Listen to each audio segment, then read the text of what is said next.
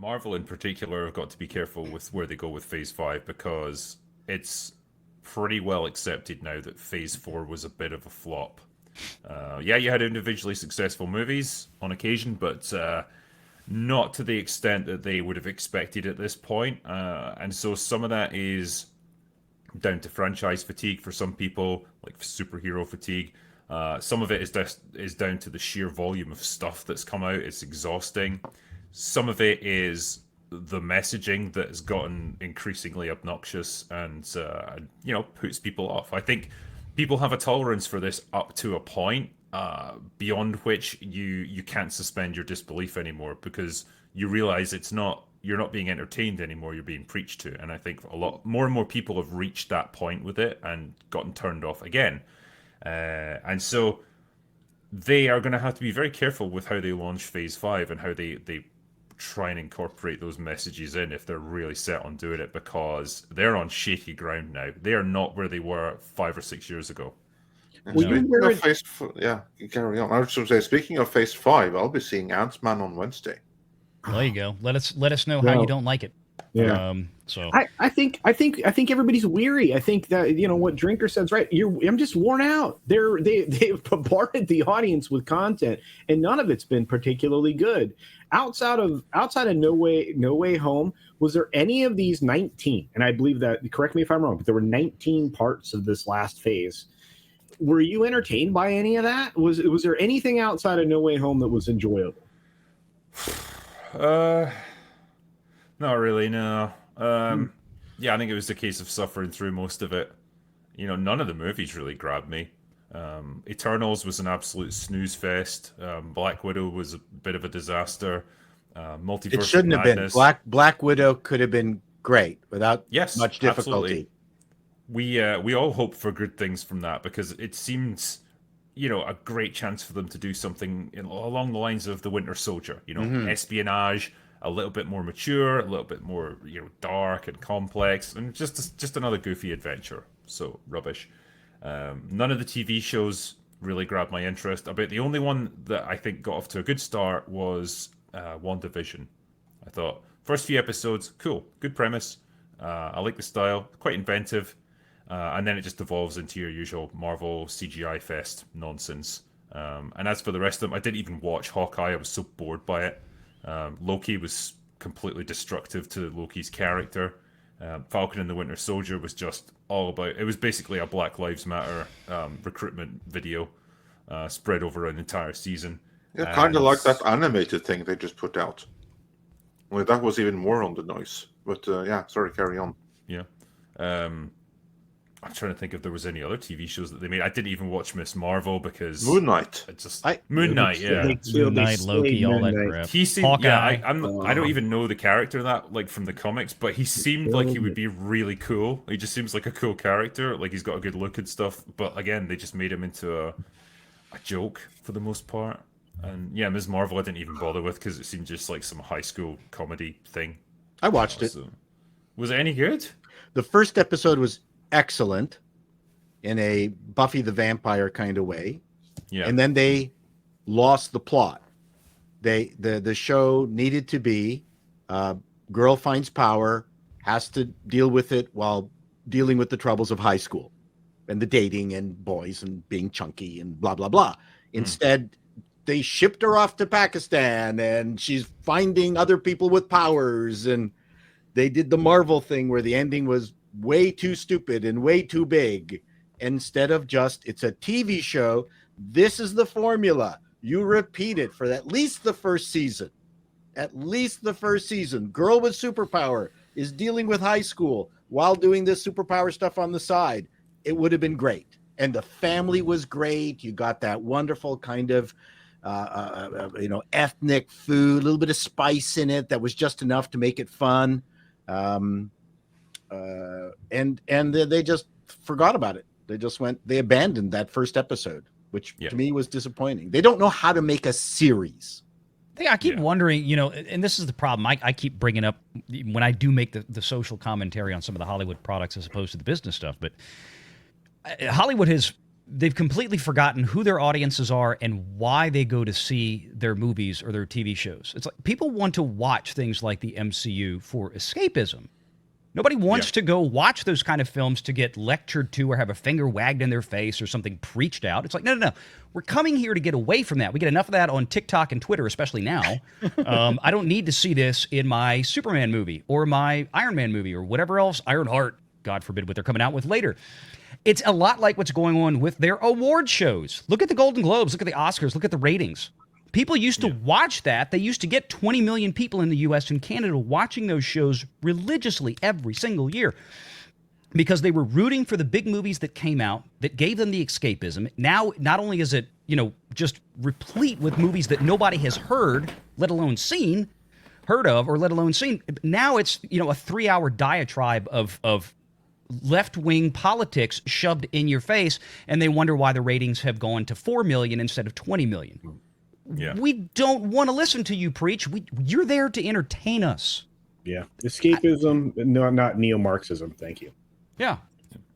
I think, Paul, you made a great video about this once, because I was just thinking about how the Marvel movies got so homogenized. Like, they used to have distinct looks and feels to them.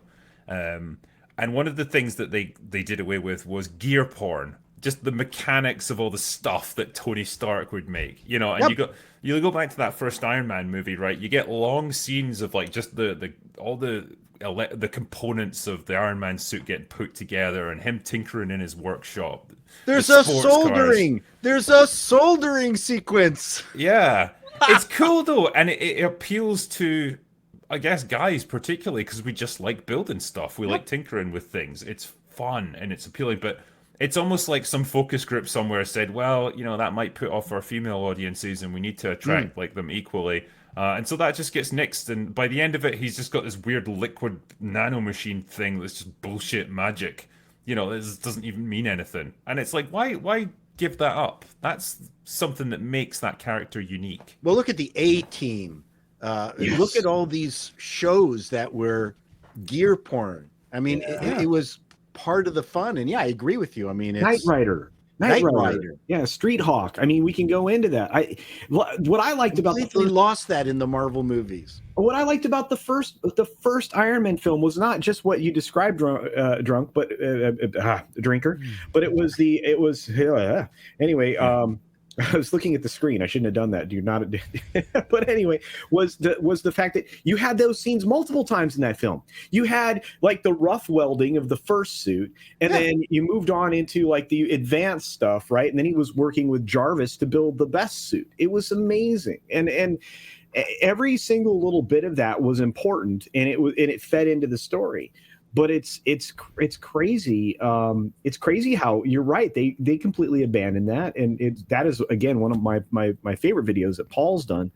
But I miss like not just the character development, but like the suit is a character development and the gear is a character development. That we're missing those elements of what used to make the comic books. We're missing the MacGyvering of superheroes. That they lose a power. They run out of batteries. Something happens and then they figure something out in a MacGyvery kind of way. And the comic books are suffused with that stuff. And the Marvel movies have now completely gotten rid of it. And all we have are people waving their arms. Oh, it drives me nuts, man. I knew this was going to happen the moment they brought Scarlet Witch in, right? And she can just, I don't know what her powers are. I don't know what her limitations are. I don't know what any of the stupid spells that she does are. Like, she can just do whatever the script needs her to do at any moment. And I thought the moment you introduce a character like that, you're setting yourselves up to fail because no longer can you get invested in anything happening. Because no matter what situation you put someone like that in, well, they're just going to come up with a different spell that will fix it. Exactly. It's the same with Doctor Strange. They said, well, we have to show him using different magic spells every time. Where you think, well, the very first thing you show is him opening a portal to like on the other side of the world. Like, okay, I can just open that portal inside your fucking head and split you in half. Like, he can defeat anyone now. Like, why would he need to do anything else ever? It's just stupid stuff like that gradually undermines the foundations of your own universe. Well, look at what they did to Shang-Chi. That should have been a classic Hong Kong Kung Fu movie. Top to bottom. Yes. none of this ring bullshit. Yeah, but they Americanized it wonderfully, Yeah. didn't they? They just needed a classic Hong Kong kung fu movie. Oh, you know I'm Yeah. joking. I know. Yeah. But those movies don't exist. Simu Liu was the first one, don't you know? Yes. Oh yeah, yeah.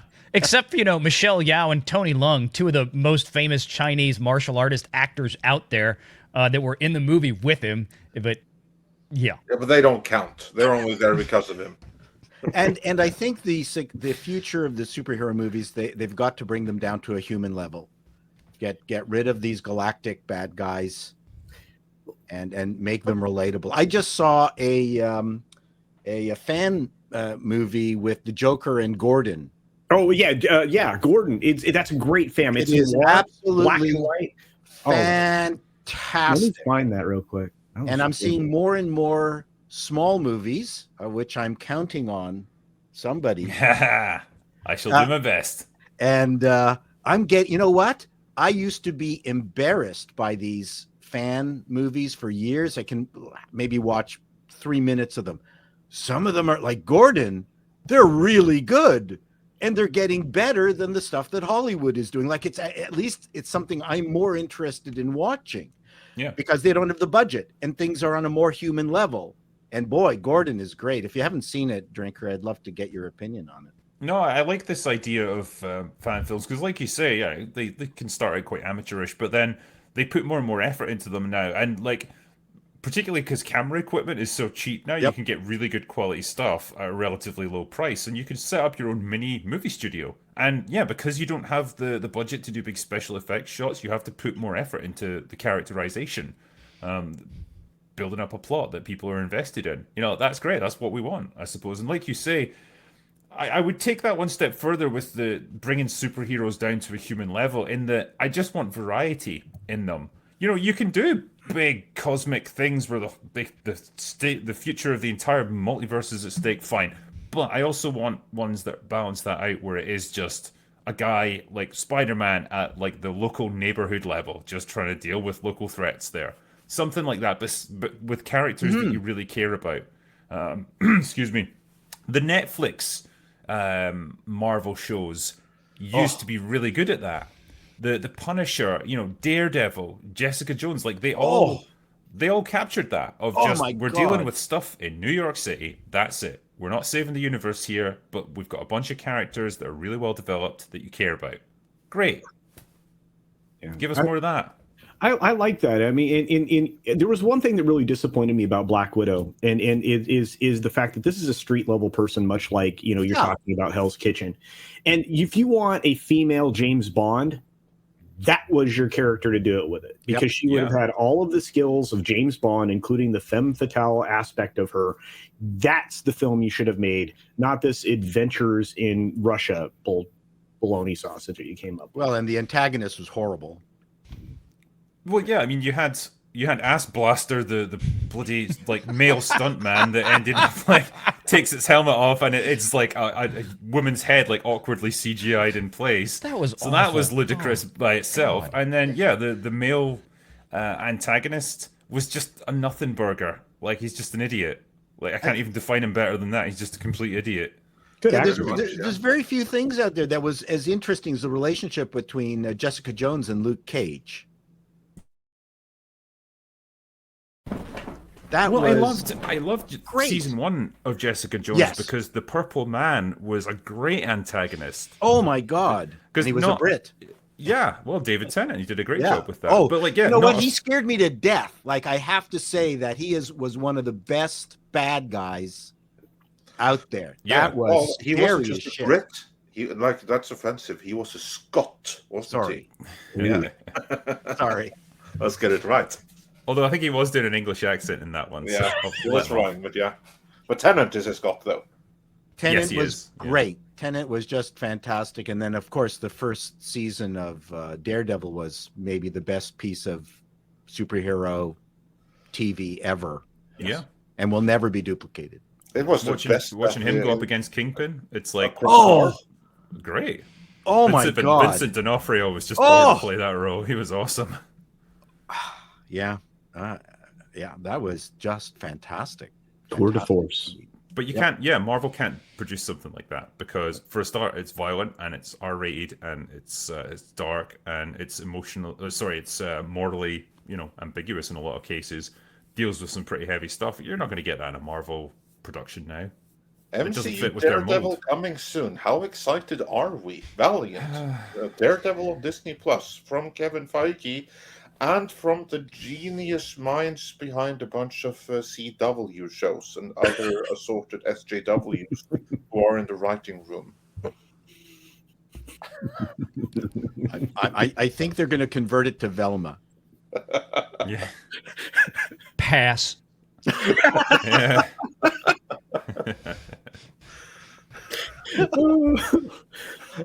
I could comment as Paul Lynn, maybe. Going to be wonderful.